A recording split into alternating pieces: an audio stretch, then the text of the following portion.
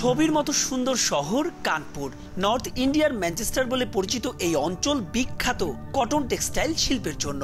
তবুও উত্তরপ্রদেশের অনগ্রসর অঞ্চলগুলোর একটি এই কানপুর। তবে এখানে এমন কিছু একটা আছে যা হীরের খনির চাইতেও হয়তো বেশি মূল্যবান। গোপাল শর্মা থেকে শুরু আরপি সিং, সুরেশ রায়না, মোহাম্মদ কাইফ, ভুবনেশ্বর, প্রবীণ কুমার, পীযূষ চাওলা কিংবা কুলদীপ যাদব, কারো জন্ম, কারো বেড়ে ওঠা কিংবা কারো তারকা হওয়ার সঙ্গে সখ্যতা এই কানপুরের।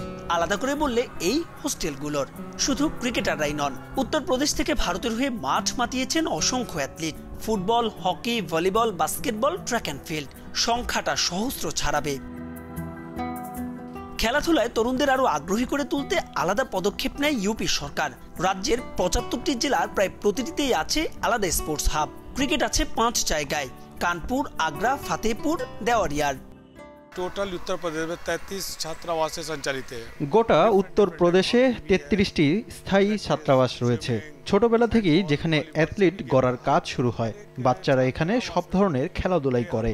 স্পোর্টসের কে কোন বিভাগে যাবে তা আমরাই ঠিক করে দেই। এখানকার সব খরচ উত্তরপ্রদেশ সরকার বহন করে। যারা এখানে ভর্তি হন তারা কঠোর অনুশাসনের মধ্যে বড় হয়, যা তাদের পরবর্তীতে বড় তারকা তৈরিতে সাহায্য করে। उपकरण पे सारे सामान में गवर्नमेंट पूरा खर्च करती है।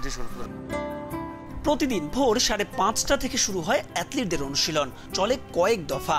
আছে ক্রীড়া বিভাগ নিয়ে উচ্চ শিক্ষার সুযোগও। ফ্যাসিলিটিস আর অল গুড। এখানের খাবারের মান খুবই ভালো, সঙ্গে ডায়েটও কঠোরভাবে নিয়ন্ত্রণ করা হয়। সেই সঙ্গে আমরা সব ধরনের সুযোগ সুবিধা পেয়ে থাকি। এখান থেকে বের হয়ে যাওয়া কিংবদন্তি অ্যাথলেটরা আমাদের সবসময় অনুপ্রাণিত করে, যা আমাদের নিজেদের গড়ে তুলতে সাহায্য করে।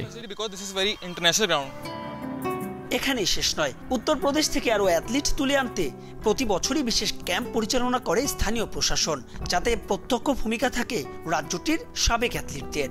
জীর্ণশীর্ণ এই ভবনটাই কালের সাক্ষী হয়ে দাঁড়িয়ে আছে, যেখান থেকে জন্ম হয়েছে ভারতের কত সব কিংবদন্তি ক্রিকেটার।